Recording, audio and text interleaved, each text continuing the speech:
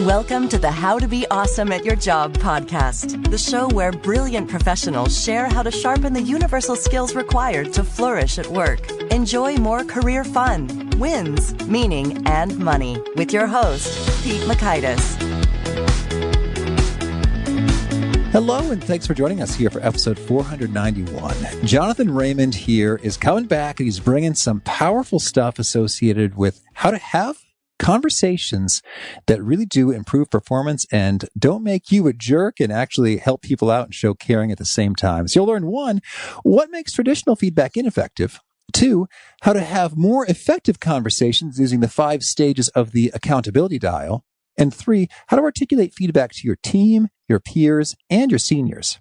So if you want to check out the show notes or the transcript or the links to items we've referenced, it's over at awesomeatyourjob.com/ep491. Now here's Jonathan's story. After 20 years of not being able to decide whether he was a business executive or a personal growth teacher, Jonathan stopped trying to figure it out. He's the author of Good Authority, How to Become the Leader Your Team is Waiting For, and the founder and CEO of Refound, a people training company that teaches people how to have human conversations at work. Refound specializes in working with people leaders at high growth organizations and is proud to be a trusted learning partner to Fortune 100 organizations such as Panasonic and McKesson, cutting-edge tech firms like Niantic and Box, and small businesses that are going places. He's madly in love with his wife, tries not to spoil his daughter, and will never give up on the New York Knicks. Jonathan is an experienced CEO and people manager and has thrown his heart, mind, and soul into more than a few culture change projects. He lives in Encinitas, California, and is an avid, albeit mediocre, surfer. Big thanks to Jonathan for spending some time with us, and big thanks to our sponsors. Check them out. One sponsor to check out is Harvard Business Review. This brilliant magazine, published at hbr.org, is the leading destination for smart management thinking. Fun fact, HBR has been mentioned in 108 episodes of the show. That's because HBR has great stuff that comes up often. They've got explainer videos, podcasts, real-world case studies, and much more. I think of HBR each night that I put on my special orange glasses. Their article, Will Blue Light Glasses Improve Your Sleep?, revealed that those who wore them reported better sleep and a 7% improvement in work performance as compared to those who wore the sham glasses. So I cite HBR anytime anyone tells me that I look silly wearing them. Now, much of HBR's content is available for free when you sign up at their site. Subscriptions that get you unlimited content cost $10 a month. If you visit hbr.org/subscriptions and enter the promo code AWESOME, you can save 10% off of that subscription. Again, to save 10% off of your HBR subscription, go to www.hbr.org/subscriptions and enter the promo code AWESOME.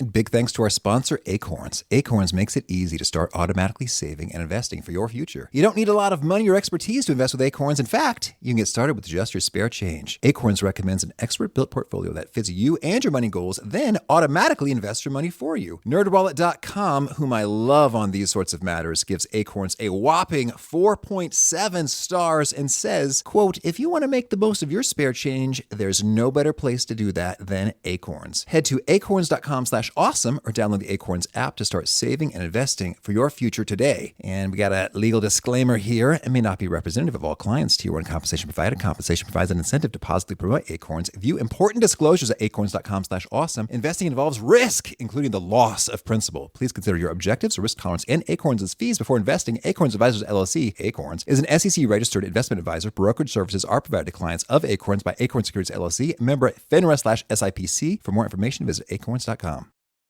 Now, here's Jonathan. Jonathan, welcome back to the How to Be Awesome at Your Job podcast. Thanks, Pete. It's great to be back. Well, I'd love to hear, have you learned anything extraordinarily useful and maybe new that changed the way you were thinking from 2 years ago? Yeah, I hope the answer to that is yes. We've learned a ton, really, as an organization. I think that one of the ways that we work with organizations and try to advise them is a lot of people will say, like, well, we want more communication. But if you actually talk to people inside an organization, which we do through our engagements, they say, well, it's not so much that I want more communication. There's plenty of communication. Oh, sure. The email inbox is plentiful. What I want is for them to think a little harder. They, meaning, sort of the organization or the leaders or whoever. I want them to think a little more about which ones matter to me and why, and invest a little bit more time in context and why this particular piece of communication. There's a bunch of stuff that you're telling me about that it's not that I don't care, but I have so many things that I'm trying to digest at the same time. I'd rather you didn't. If you could just invest a little bit more time in thinking into which pieces of communication need a little bit more context and a little bit more of the why, those organizations are succeeding in terms of having more effective communication. Well, when it comes to communication effectiveness, I wanted to chat with you in some real depth about feedback. We touched upon it last time, which was way back, more than about a couple of years there. And so I would like to talk about feedback in particular for this chat. And maybe to start us off with, in what ways does feedback often sort of just not work in teams and organizations? Sort of what's the problem that you bump into most often? Yeah. So let's start by thinking about, for anyone who's married or in a serious relationship, when you try to give feedback to your partner or spouse, how does it go? Usually not well, right? If you have kids and you try to give your kids feedback, including but not limited to teenagers, how does it go?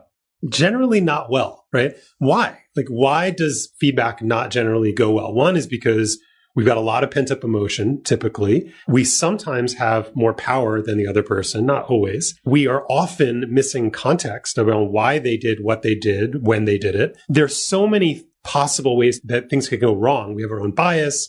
We have our own judgments. We have a lot of our own projection and how we feel about ourselves. So it's a mess.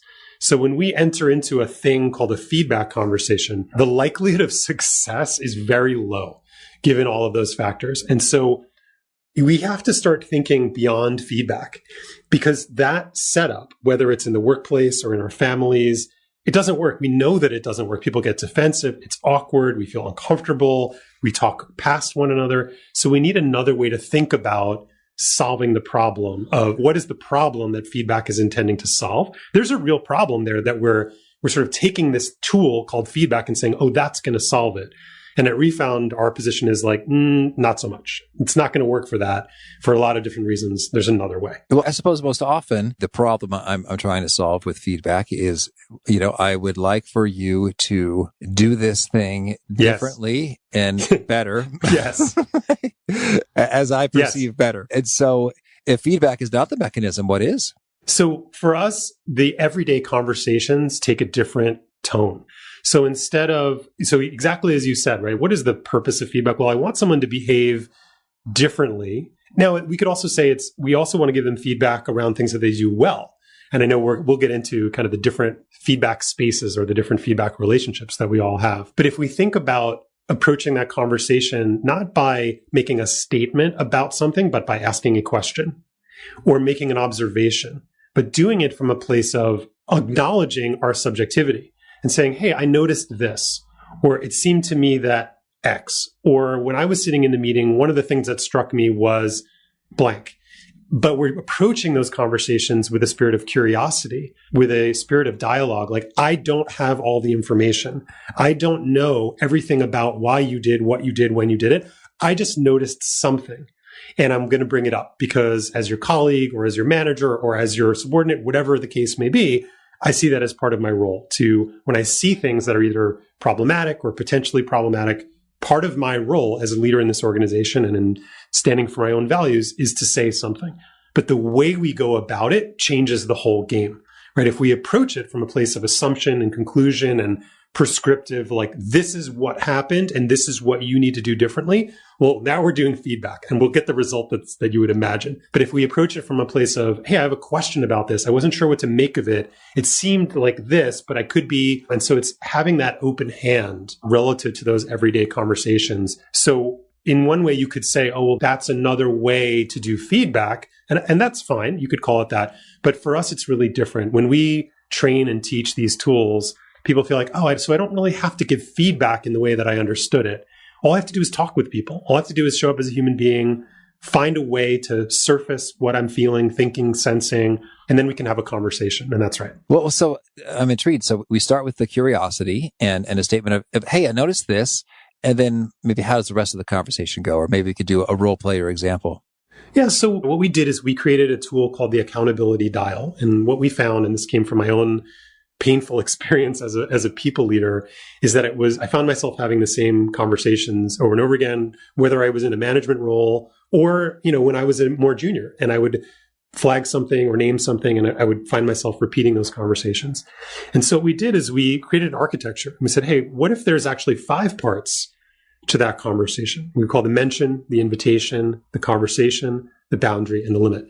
And if we think about locating ourselves, well, where am I in this conversation? Is it the first time that I'm bringing this up? Well, I'm at the mention stage. Hey, Jennifer, I was in the stand-up this morning and you seemed frustrated by where the conversation was going. I'd love to hear more about that if I'm reading that right. So that's a mention, right? So I don't know why Jennifer, maybe there's really good reason. Maybe there might be, 27 things that could be happening. Maybe I'm misinterpreting the situation. But my mention is just my first attempt to get in dialogue with Jennifer about that, right? So that's the mention. Now, let's say, a couple days goes by, maybe a week goes by, and I'm still sensing she was frustrated in that meeting. I noticed that there, in some email back and forth, something's not clicking. So if I was Jennifer's manager or if I was her peer and I cared about her as another human being, I wouldn't let it go. I would come back to her and I would say, hey, I mentioned something in the hall, last week. I've noticed a couple other things. There seems to be something bigger and I care. I want to know. Maybe there's some way that I can help. So that's the invitation stage, the second step of going into a little bit more deeper dialogue. And it's every single one of these steps, all 5 of them are ways to express care in human ways to say, look, there's something going on, or at least I think there is. And if there's something that I'm doing, I want to be able to change it. And if there's something that we need to work out together, well, let's do that. And so that's, if we go through those stages, that's how we move through the accountability dialogue, where we don't try to tackle the whole thing in one bite. It doesn't work that way. We're not geared to be able to solve important things as human beings that touch on all these interpersonal and intrapersonal issues. We can't solve those in a 30-second conversation. So we're going to come back to it a couple of times over a period of days or weeks or whatever it is. And for that second bit there, the invitation, what exactly are we inviting them to? So we're inviting them to reflect, to say, hey, look, it looked like it was maybe a one-off thing, but now I'm seeing maybe it isn't a one-off thing. Maybe there's a pattern that's emerging. And it doesn't mean you're a bad person. It doesn't mean you failed. It doesn't mean I'm judging you. It just means, hey, I'm here, I'm human, you're human. There are probably things that you see about me that maybe are a pattern. But in this instance, here's something that I'm seeing. And if I'm your manager, and again, this is a philosophical point of view. In our work, we say, hey, if you're the manager or the people leader, it's your responsibility to approach that person, if not in real time, in near time, to say, hey, look, there's something that seems to be happening here. I'm inviting you to take a reflection on this, to think about, hey, is there something that you're not saying? Or is there a conversation you need to have with someone else? Or is there a step that you need to do that you haven't done? Whatever it is, but not from a place of judgment or shaming, but just offering somebody from that coaching mindset a reflection from the outside. Because it's really hard for us as human beings. We don't see when we're doing that often. Most of us, our powers of self-reflection, especially with the pace of work, are limited. So we want, if you're hungry for growth, you need people around you who are going to say, hey, look, hey, Jonathan, here's something that I'm noticing. Like maybe it's worth thinking about. That's the invitation. All right. So in this example we're running with, so Jennifer for the first time at the mention, she seemed frustrated by something. And then, and so how does the conversation unfold during the invitation phase? You say, it looks like, it appears that this has happened a couple more times. Right. This might be a pattern. So I invite you to think about it, or how would you say it? Well, so it depends on the context, right? So if I'm Jennifer's manager, that's going to feel a certain way. If I'm a peer, I might approach that conversation a little differently. Depends on, how you know the person and what the nature of that relationship is. But the invitation stage, it's not a directive. The invitation is more sort of describing the stage. It's saying like imagine you had like a black light that you could put on the floor of an office and you could see all of the, what we call feedback conversations. Mostly what you would see is a lot of like started but never re-engaged conversations. So people bring up something, they flag something, they name something, they highlight something, but they never come back around to that person and say, hey, remember that conversation we had the other day? There's something else that I'm noticing that I think might be connected to it. And then the whole point of using the accountability dial in everyday conversations is you're engaging your curiosity, right? Hey, I don't know. It's not my job to know the answer, but here's what I'm seeing, and building those relationships of trust with colleagues. So that's the the invitation, and then we move to the next stage into the conversation. Okay, so some time goes by again, and you notice some other things, and then what happens? So the conversation stage of the accountability dial is when we try to help somebody, again, whether it's a colleague or a direct report or somebody more senior, shift their awareness from intentions to impacts. So most of the time, 99% of the time, when something happens in an office that isn't great, or a factory floor, we do a lot of work in manufacturing and, other contexts like that, it's not intentional. The person is not intentionally trying to create work or for other people or make life more difficult, or they're not intentionally doing something to harm others or the team or the customer. And yet behavior has impact. And the conversation stage of the accountability dial is to help somebody shift their awareness. Hey, so I get that that's not what you intended. I get that. I understand that. But I'd love to actually have a conversation about what the impacts were. So to depersonalize it, it's not, well, you're a bad person, right? People are likely to get very defensive, especially if you're their manager, and there are other contexts like that too. And I know, many of your listeners are not in a people management role, but the context of that conversation is let's step back here. Let's talk about, well, when, if you're finding yourself frustrated, if we take the example of Jennifer, if you're finding yourself frustrated with the team and maybe the pace of projects, or there's too many changes, whatever it is, how might that be impacting your working relationships? How might that be impacting our customers or our vendor or stakeholders? How might that be impacting the overall experience that we're having as a team? How might it be impacting your own development? Like, is there some career goal or something that you're working on that's staying in this state of frustration is keeping you from reaching as fast as you may want? So questions like that to help people go like, oh, wow, I hadn't thought about it in that way. That's how you're in the conversation stage, to help people, again, de-escalate. Like, the whole goal here is we're trying to have human conversations. Things happen.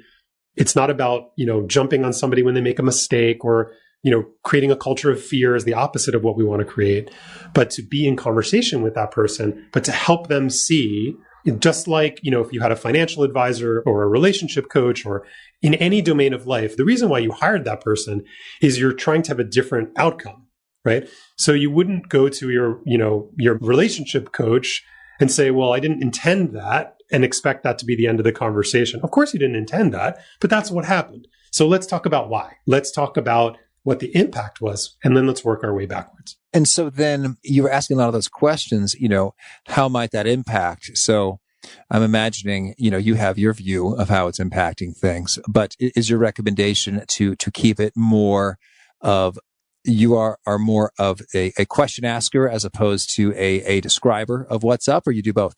Yes. So your orientation in our overall philosophy, we say more Yoda, less Superman, or more Yoda, less superhero. So your job, if you're trying to help somebody grow, you can't actually force them to grow, right? You can't make them change their behavior. So the best orientation to take as a coach is to ask questions. And it doesn't mean, just as you said, you may have a theory. Your theory may be bang on. Like, you might have a really good theory as to what's happening for them. But if you give it to them, they're far less likely to feel ownership of that thing that they're changing, and they're far less likely to succeed in their goal. But if you ask questions and you encourage them to think about things differently, that's what a good coach does, right? That's the difference between a coach and a consultant, right? A consultant gets in there and does it for you, doesn't force you to ask those difficult questions, those self-reflective questions. A coach, or the hallmark of a coach, is someone who's willing, who takes a different tact and says, look, this isn't my thing to change, it's your thing to change. And the best way that I know to support you is to let you do it and let you struggle a little bit and have some, maybe, oh, wow, I never really thought about how it impacted our customers. Okay, that's fine. Maybe think about that for a little bit and let's get back together at the end of the day, right? You don't have to solve everything in the moment. And we've become so inured to this solution. We don't even know that we're doing it. When we do inventory and discovery, the depth to which we have adopted actually a really problematic level of firefighting and, going through our inbox and knocking off, inconsequential activity in place of strategic and depthful and creative thinking. A lot of that comes from how we role model that. Do we role model taking a moment to reflect, or do we role model okay, conversation solved, let's go, action, go, go, go? That's what leads to burnout and overwhelm and all of those things that take culture sideways. And I guess I'm wondering here, if you're asking how might that impact these things, and they're drawing a blank, and you know very well, I see the impact that had on some things, and they're not picking it up. How do you play that game? So you can be and should be transparent. You could say, look, I have some theories about how it might be, but I think it's more helpful if you arrive at that on your own. So I would be transparent. That's how I do it.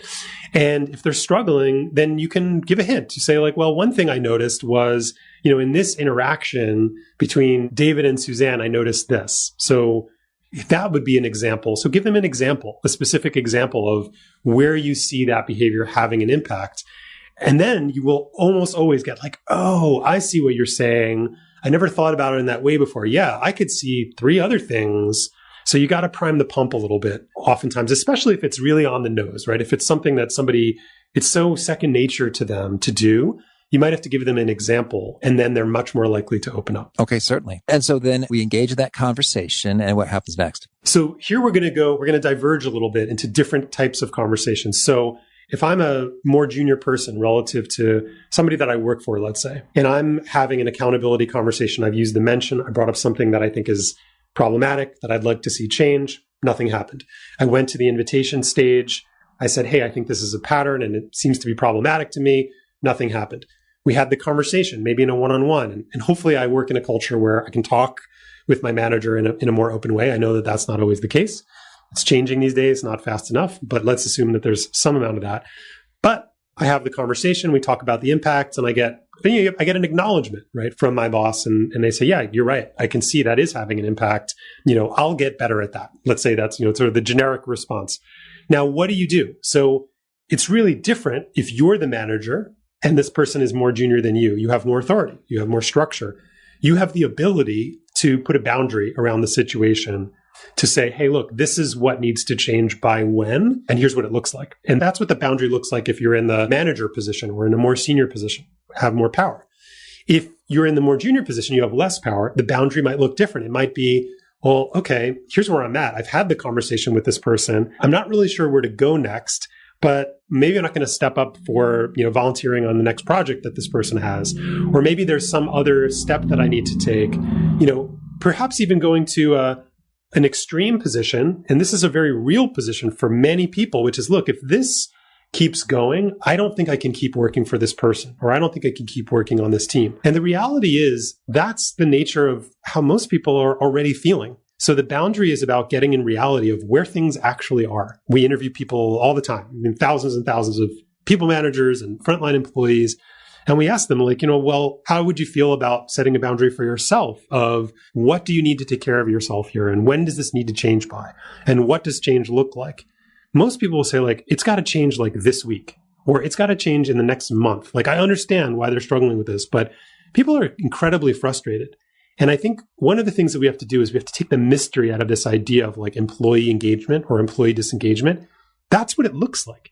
If you're spending your energy and, life units worrying about, what the organization is doing and why my manager is behaving this way, you're already disengaged on some level, reasonably so, from the mission and the values of that organization, because it's not real to you. And so that boundary stage, so that fourth stage, mention, invitation, conversation, boundary, looks really different depending upon how much power you have in the conversation. And then the third version of that is, if you're working with a peer, you have the same amount of authority as they do. What does that look like?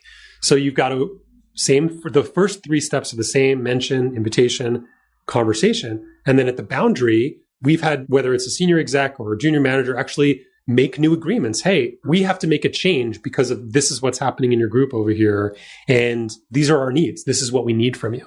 And so that boundary stage is critical. And, when I talk with CEOs, every single CEO I've ever worked with, at some point in our first conversation, they will say something to the effect of, well, accountability is one of our core values.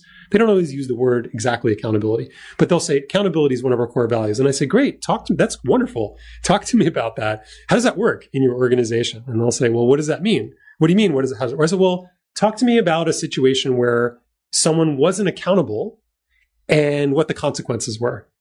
And they say, well, what do you mean consequences? To which I reply, well, what do you mean accountability?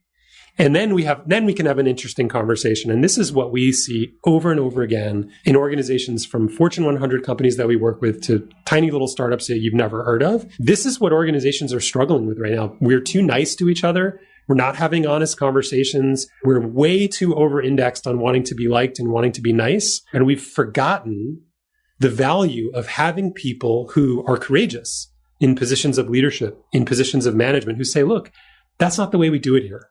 We need to do better.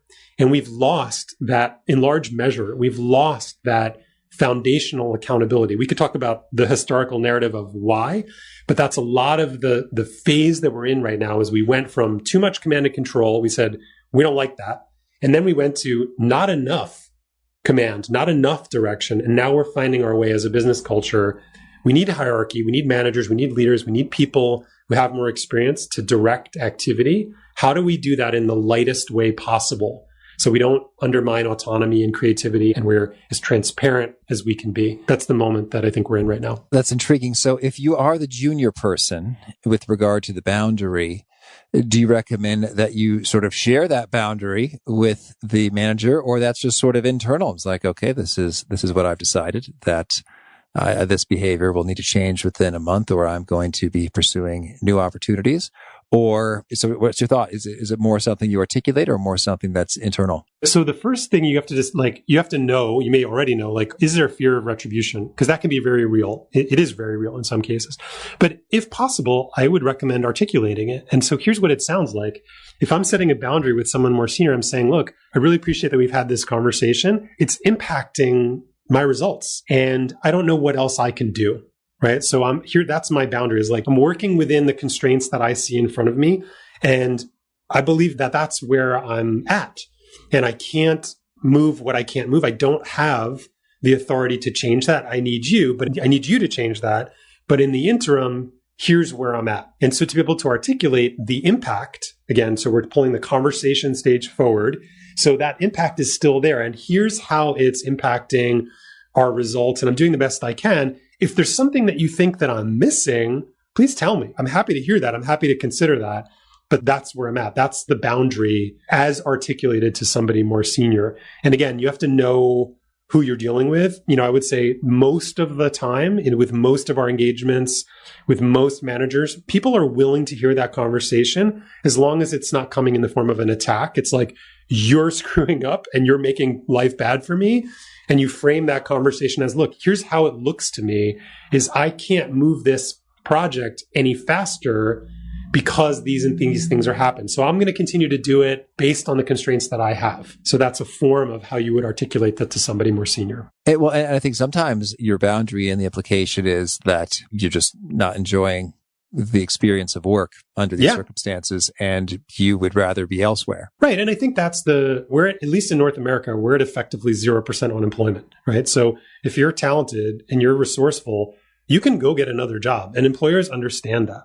So we do a lot of work in tech. The average, tenure in tech is 1.8 years, right? It's not very long. So people are moving around a lot. It's longer in other industries, but people are moving around a lot. People are looking for a different experience of work. And so from our perspective, it's just be in reality around that and then make a plan, right? So if now there may be opportunities in that organization to move. You may have, hopefully you do have, other outlets for where to go. Hey, I've been trying to have this conversation. It doesn't seem to be going anywhere. I'm frustrated. I really love this company or this organization, but this isn't working for me. You're going to find if you're at all talented or skilled person, you're going to find a receptive ear in that other person. My last piece of advice there is, don't feel like you're on an island there.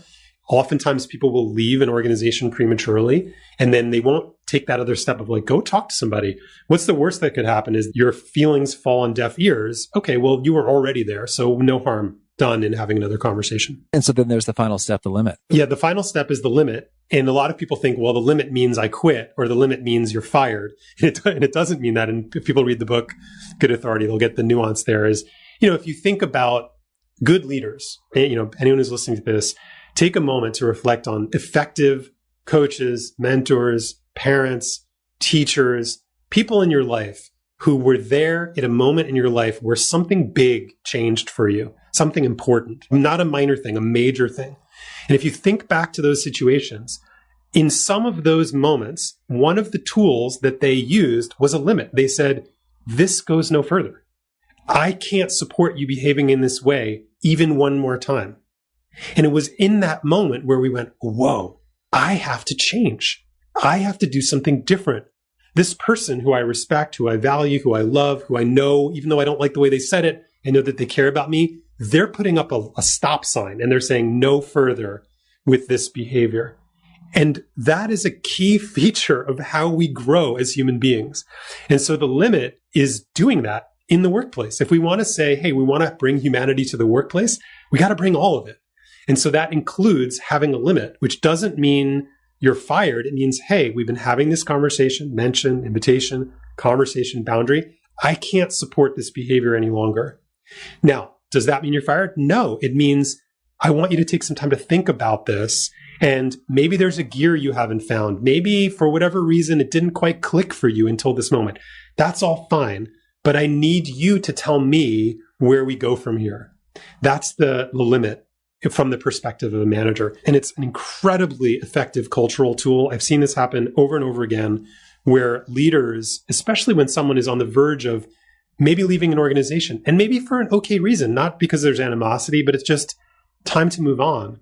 And by having a boundary and by having a limit, you give the opportunity for that person to really own their exit. How often does that happen where a company can celebrate or a team can celebrate when somebody leaves? And it feels like a great moment instead of a lousy moment where everyone's like, what happened? And it creates all this gossip and politics.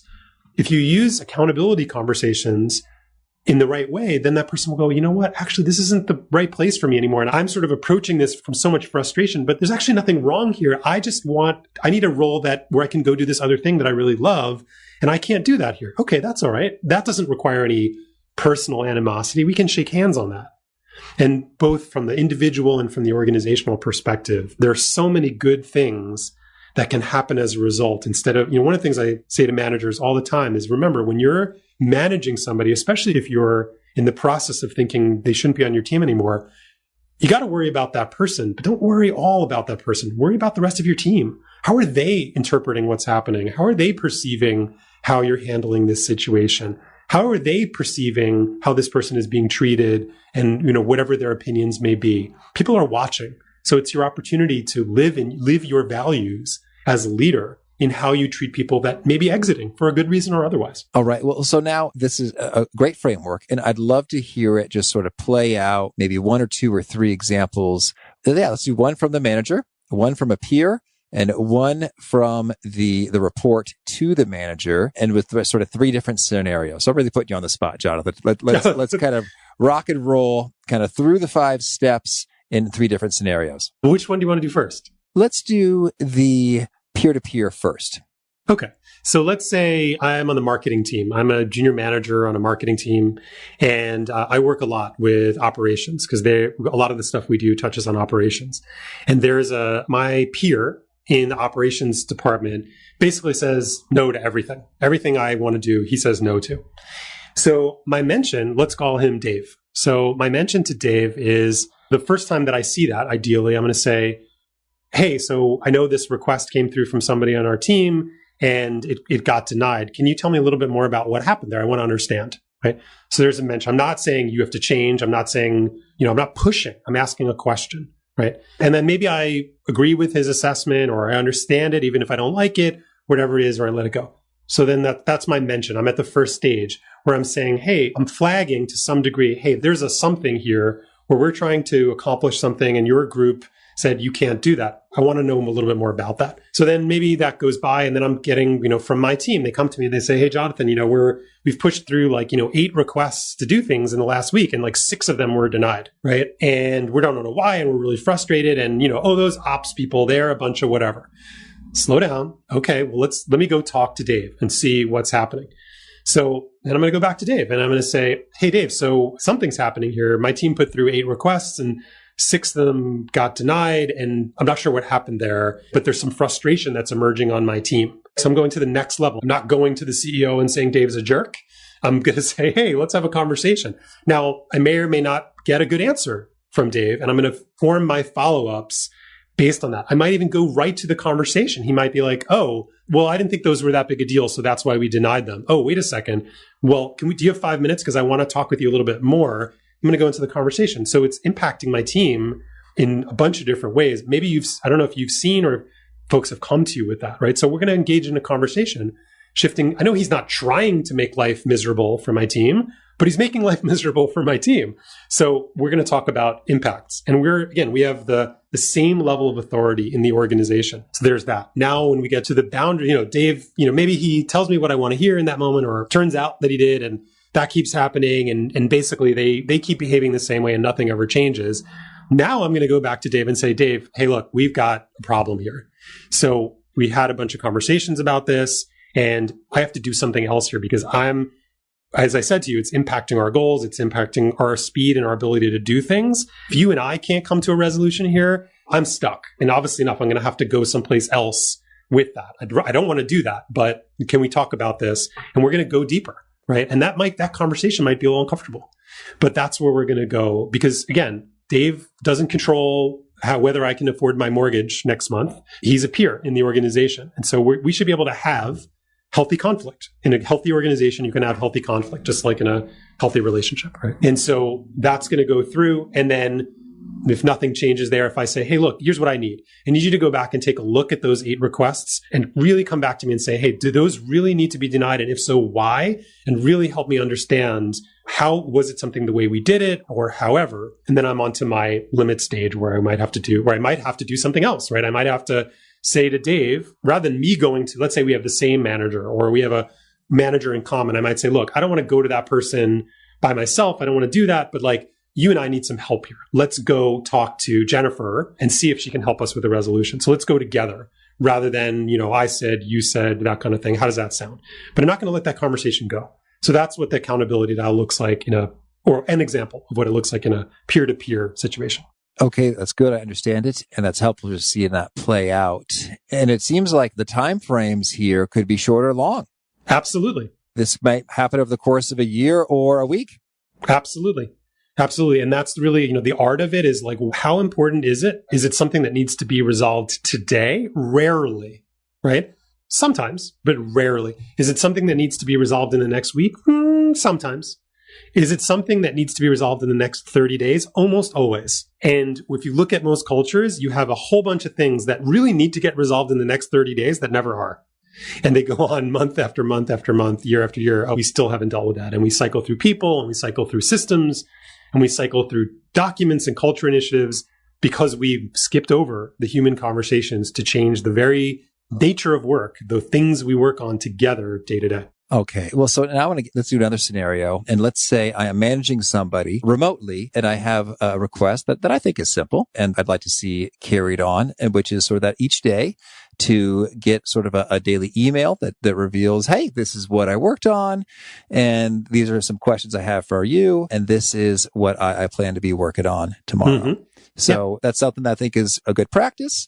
And I'd sure like to see that. And so, but I'm not seeing that, right. Let's say, day after day after day, and I brought it up. How would you, using this model, kind of roll this out? So I'll take a step back for a second because you said something that I want to push on a little bit. Is it something that you would like to see or something that you need to see? Well, I suppose it's theoretically possible for work to happen without this. But you hired this person, right? Or you're managing them. In order to do your job, you need this, right? That's right. There are certainly numerous negative implications of not having this. So part of it is, what is the expectation? So when this person came on your team, maybe the conversation was then. If not, maybe the conversation is now. And maybe that's your mention, right? So your mention is, hey, you know what?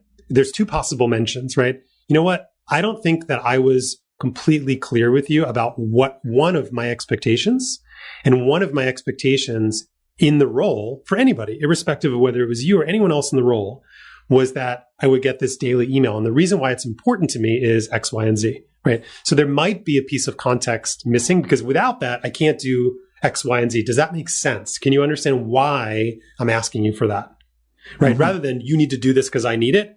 To some people, it might sound overly processy. Controlling, dominating you. Okay. Yeah. But it's a really necessary part for people to understand the why. And again, when we talk with folks, this is over and over again. I don't understand the why. I don't understand.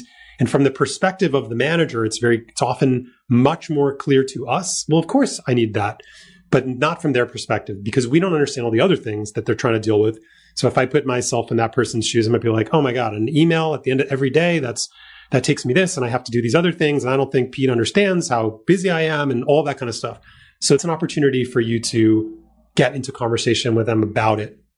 So we'll put that to the side. But so let's assume that the context is there. Hey, so let's say it's day 3 of their employment. And the second day, the first 2 days they did the email, and the third day they didn't, right? So ideally, I would say to that person, I would say, hey, I didn't get the daily email. What's up? Not in a mean way, but I'm just like, hey, I'm right there. Like, I look at that every single day. So I want to let them know the reality, which is that I look at that every single day. So it's not process for the sake of process. Every time you send me that email, I open it, I read it, I digest it, and I notice when it isn't there, right?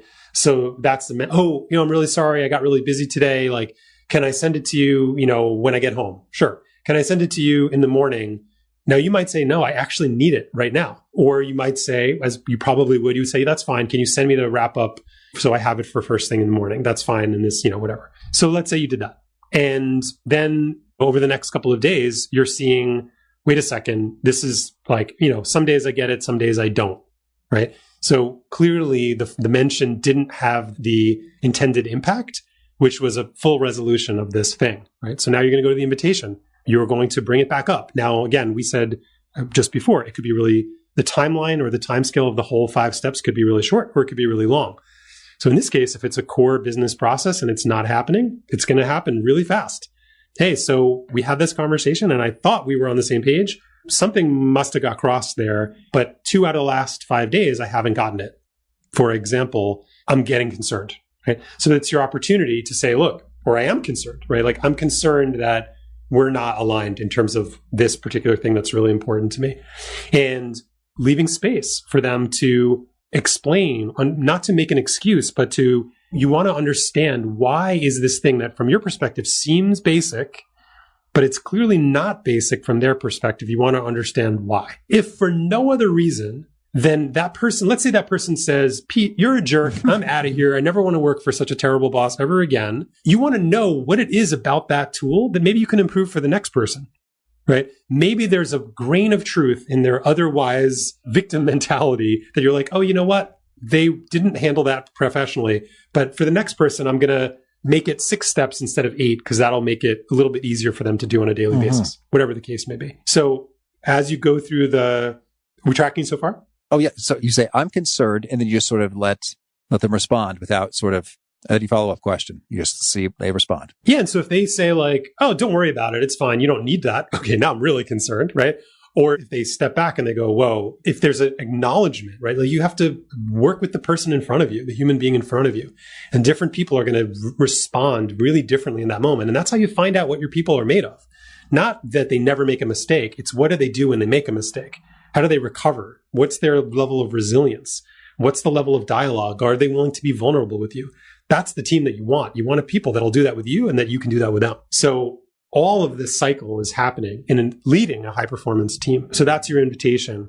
Now, let's say you have a one-on-one with that person later this week. You might sit down with them and say, hey, look, we've had these kind of hallway conversations, or at the end of we're not in the same building together. So we had them via Zoom or via Slack or whatever it is. I actually want to drill a little deeper here. It's really important, but I know in the hallway, we can kind of lose sight of it. This has a really big impact. Like, when this doesn't happen, it has a really big impact. And I understand that that might be harder for you to see from your perspective, because you're not the one asking for it. But can you imagine, or let's play this out for a little bit. Like, can you, from your vantage point, how might this have an impact on me or our team or our organization if we don't have these daily reports? I promise you, they have never thought of that question. They haven't thought of the answers to that question. So that's the conversation stage, is you're helping them shift. They didn't intend those outcomes, right? They didn't intend to make you late on the report that you need that information to. That's not what wasn't their intention. They were just busy. They were overwhelmed. We're all overwhelmed, or most of us are. And so the conversation is your opportunity to help them go deeper, to take ownership and say, wait a second, oh, I didn't realize how big of an impact that was. Now, you could say, oh, well, they should have gotten that from the initial moment. Yeah, maybe. But that's not the world we live in. And I was working with an IT director recently, and he said, well, one of his colleagues brought up an example and said like, well, that would be unacceptable to me. And his colleagues called him out. I was like, come on, man, really? You're going to fire a person if they didn't do that? Well, no, not really. I can't really do that, right? There's a whole bunch of reasons why you can't. Like, you can't hold that line for really good reasons. We have controls in place in an organization. So you can't just snap off at a person. There has to be an opportunity for, if you went to your HR leader's office and said, hey, they didn't fill out that report, 2 days in a row, I want to fire them. They would say, get out of my office, Pete.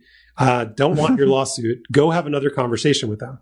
So how you're going to do that? That's helping them shift from intention over to impact. You're seeing the pattern here. So then you have that conversation, and in that conversation, right, you might start foreshadowing so, hey, what's your plan? How are you going to make sure that you get that report done at the end of the day? Not what's my plan for how you're going to get that done. What's your plan for how you're going to get that done? Because I can't have you do my plan. That won't work, right? So that's now we're going into the boundary step. Is people will often say is like, okay, Pete, I hear you. I get it. I promise it won't happen again. Not good enough. What is the plan? What are the action steps? What do you need to give up in order to make sure that stays the priority that we need it to be? Then you're in the boundary stage of the accountability dial. And then if that doesn't work, so let's say, I'll ask you a question that I often ask of managers. So if I say to you, Pete, this person's going to be on your team, this remote employee, they're going to be on your team, and they're going to be not sending you the daily report 40 to 60% of the time, and they're going to be doing that for the next 10 years. How's that sound? Well, it's not going to work. I mean, we could conceivably have an alternative to email, but there must be some sort of a daily communication that occurs. Yeah.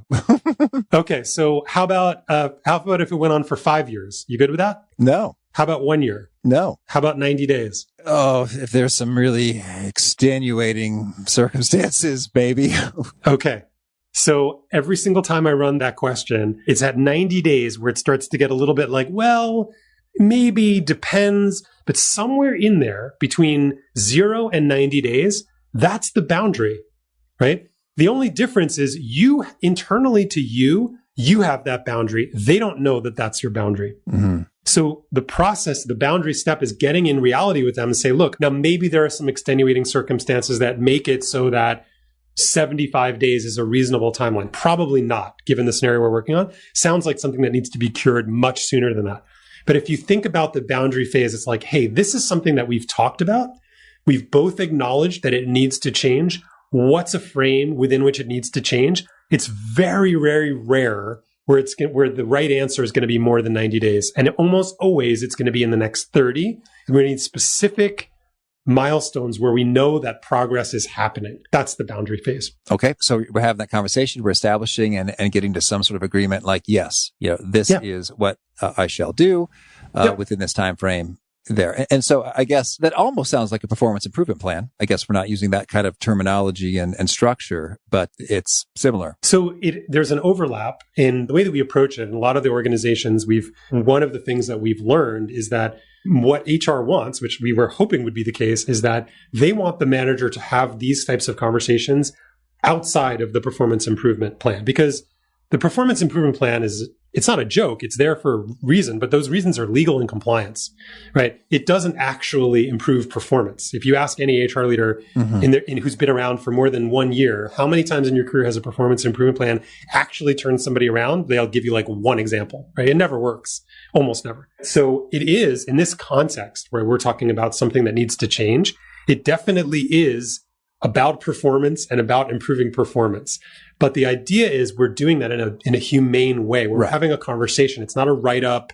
We're not bringing in HR. Once you bring in HR, once you go outside of that relationship, that bond between you and your employee, mostly only bad things happen. Understood. So it's, hey, this is something that needs to change. Let's you and I figure this out, right? Like, I know it's uncomfortable. I know I don't like having this conversation. You don't like having this conversation, but this has got to change. This has got to be our agreement for what needs to change. So that's the boundary phase. Okay. Understood. And then the limit? And then at the limit, let's say you make that and the person says, look, over the next 10 days, I'm not going to miss one, right? Every single day for the next 10 days. So that's our first milestone. I'm going to hit it every single day. And then at the end of that 10 days, we're going to like shake hands And then we're going to do the next 30 in a row. And I'm going to build up my reps, so to speak, right? Where I'm not going to miss a day. And let's say you're good with that. You say, okay, that's fine. Okay, well, what are the consequences? What are the implications if you don't send me that in the next 10 days? Not what do I think the consequences should be? What do you think the consequences should be? Well, I think that, Pete, it's a really good question. I think in the next 10 days, if I miss one, then I shouldn't be able to go to this conference that I was really excited about that you said that I could go to, or I'm not going to be eligible to take on this other part of the work until this part of my, whatever the thing is, right? So let them author the boundary if that's possible.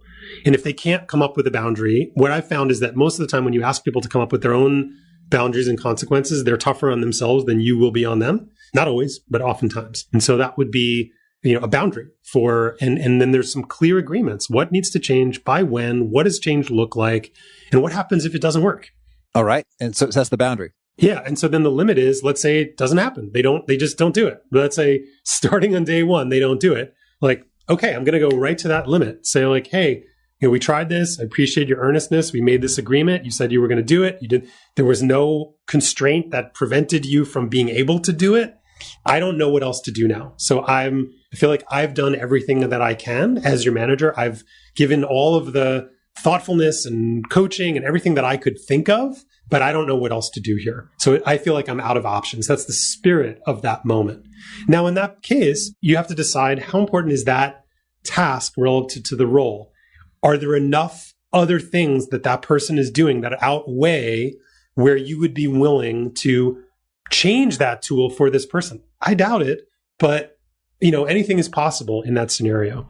So, but that's what the limit would be. And what you will find is that I don't know if we'll call it ironic, but what will happen if you use the mention, the invitation, the conversation, and the boundary is that somebody who doesn't want that level of accountability in their life, they're going to leave. Yeah. They're going to say, Pete, I've been thinking about this and I think you need somebody who's more detail oriented than I am, or, whatever. And I don't want to let you, whatever it is, right? Okay, fine. That's good. That's a good outcome. In a healthy organization, people leave and they move on and we shake hands and we say, hey, you were right for the role for this period of time. The role has changed, or you want different things. That's okay. Let's shake hands.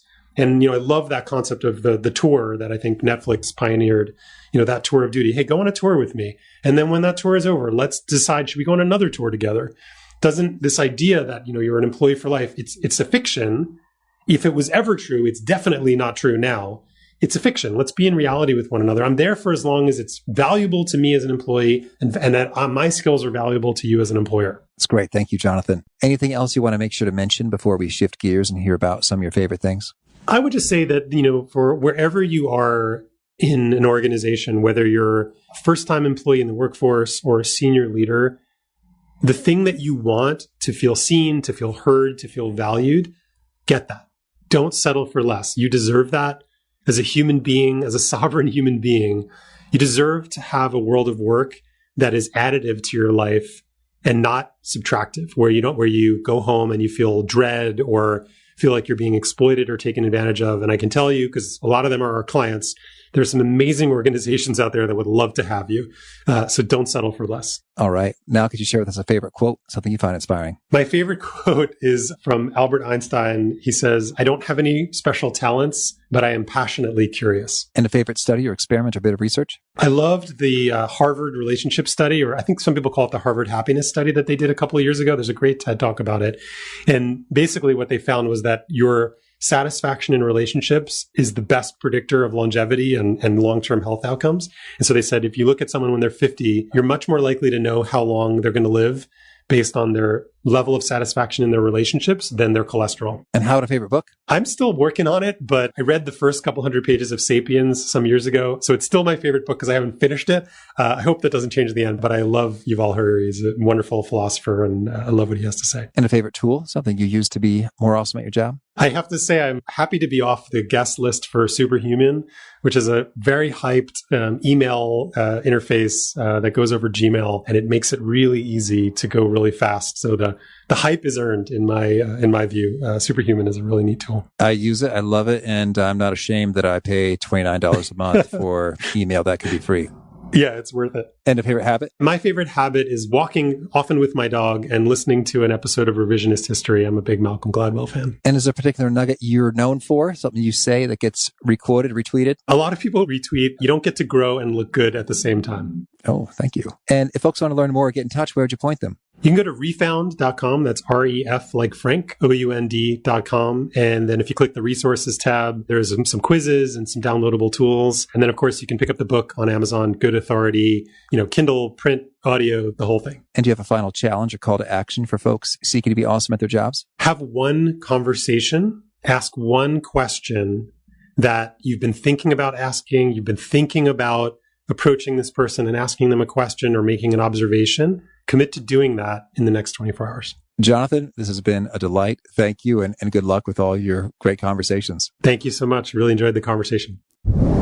What I loved about this piece from Jonathan is he said in one key quote, hey, we're too nice to each other. We're not having honest conversations. And yet in none of those sample role play bits did he ever sound like a jerk. It was always clear that he's coming from a place of caring, and he's just having the courage to say that, hey, I noticed this. What's up? And then to progressively escalate it in a kind, diplomatic, but yet firm way. I think it's very brilliant, and I have a feeling I will be using it many times myself, and I hope you can refer to this. You might find the gold nuggets extra helpful to have like a visual reference on this. And again, the show notes, the transcript, the links to items we've referenced are at awesomeatyourjob.com/ep491. I hope you punch subscribe. If you do, you'll catch our next guest. J. Elise Keith has spent a lot of time studying meetings, what makes them effective, ineffective, and how to get more done in the time you spend there. Hope to catch you there. Peace. Thanks for listening. To get the most out of the show, we recommend 2 key things. First, check out the extra resources at awesomeatyourjob.com. You can find this episode's transcript and links, as well as the perfect episode for your situation. You can search the full text transcripts of hundreds of episodes or explore episodes tagged by topic and competency covered. Second, subscribe to the podcast and get future episodes automatically. You can subscribe by telling Siri and several other smartphones and speakers, subscribe to the How to Be Awesome at Your Job podcast, or by tapping subscribe in your podcast player of choice. If you'd like some extra help figuring out podcasts and how subscriptions work, visit awesomeatyourjob.com/subscribe for guidance. Hope to catch you on the next episode of How to Be Awesome at Your Job.